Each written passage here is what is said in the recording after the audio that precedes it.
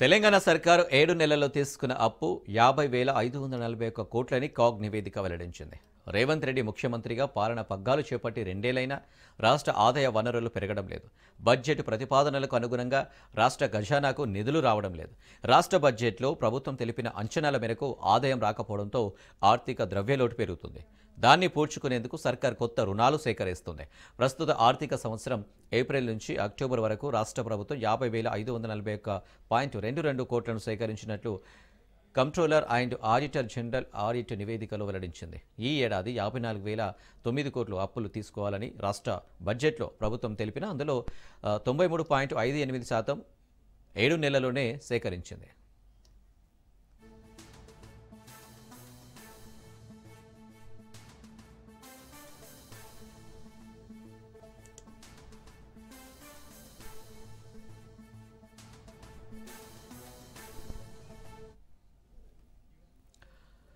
తెలంగాణ సర్కార్ 7 నెలల్లో తీసుకున్న అప్పు 50,541 కోట్లని కాగ్ నివేదిక వెల్లడించింది.